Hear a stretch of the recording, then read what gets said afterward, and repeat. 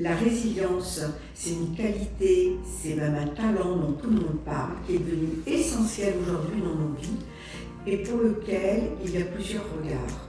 Le premier, tu en as parlé, c'est cyrillique, et puis on a chacun notre définition. Alors Sophie, j'aimerais savoir, quand est-ce que tu as fait preuve de résilience et pour toi, quels ont été tes leviers pour rebondir? Alors, j'ai eu différents exemples dans ma vie où j'ai été amenée à faire appel à la résilience, à la capacité de résilience, notamment lors de la perte de proches, séparation affective, on va dire. Et en fait, pour me rejoindre ce que tu dis par rapport à Cyronique, moi ce que j'ai vraiment ressenti, c'est cette courbe de deuil en fait. Donc ce moment de départ de colère, de souffrance, de non-acceptation de cela. Petit à petit, une acceptation qui se met en place et en lien avec mes proches, mes amis, les personnes sur lesquelles je pouvais m'appuyer, ça m'a aidé en fait à mieux accepter cela, à mieux comprendre aussi. Et ce que j'essayais de faire aussi, c'était de la positivité. Donc dès qu'il y avait un petit point positif, je le prenais en me disant, ben voilà, c'est une pierre posée sur le chemin pour aller vers le mieux. Ça prend du temps, c'est un process qui est long. Ça ne peut pas du jour au lendemain passer d'un état de mal-être à un état de mieux. Mais ça, il faut l'accepter. En fait, c'est un petit peu la difficulté d'être humain aujourd'hui, on veut que tout soit fait rapidement.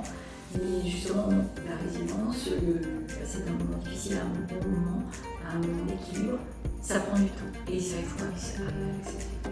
Alors moi, ce que j'entends, c'est que la résilience, d'abord, c'est parce qu'il nous arrive quelque chose de difficile, qu'on pourrait presque trouver d'injuste. Donc au début, on le nie, puis on est en colère.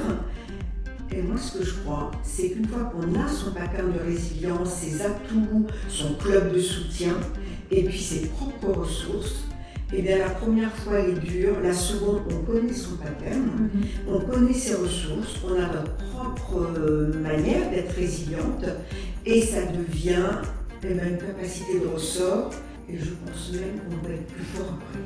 Oui, c'est ce qu'on dit souvent, c'est le fait d'avoir une expérience difficile te permet d'être plus fort après. Et effectivement, dire qu'effectivement on a un moment difficile dans sa vie, et l'accepter pour se dire de toute façon, après la pluie, le beau temps, ça permet, quand on se connaît, on connaît aussi ses forces et ses faiblesses, ses capacités de rebond, et aussi, comme tu disais, son club, ses proches sur qui on peut compter. La première fois est très difficile, et après, petit à petit, en utilisant ce pattern, on peut arriver peut-être plus facilement à accepter et à passer à l'étape plus positive. Donc être résilient, c'est de pouvoir activer tous ces atouts, c'est d'avoir confiance qu'après des moments plus difficiles, ça va tourner et qu'on aura des moments heureux, et c'est s'accrocher à la force de la vie.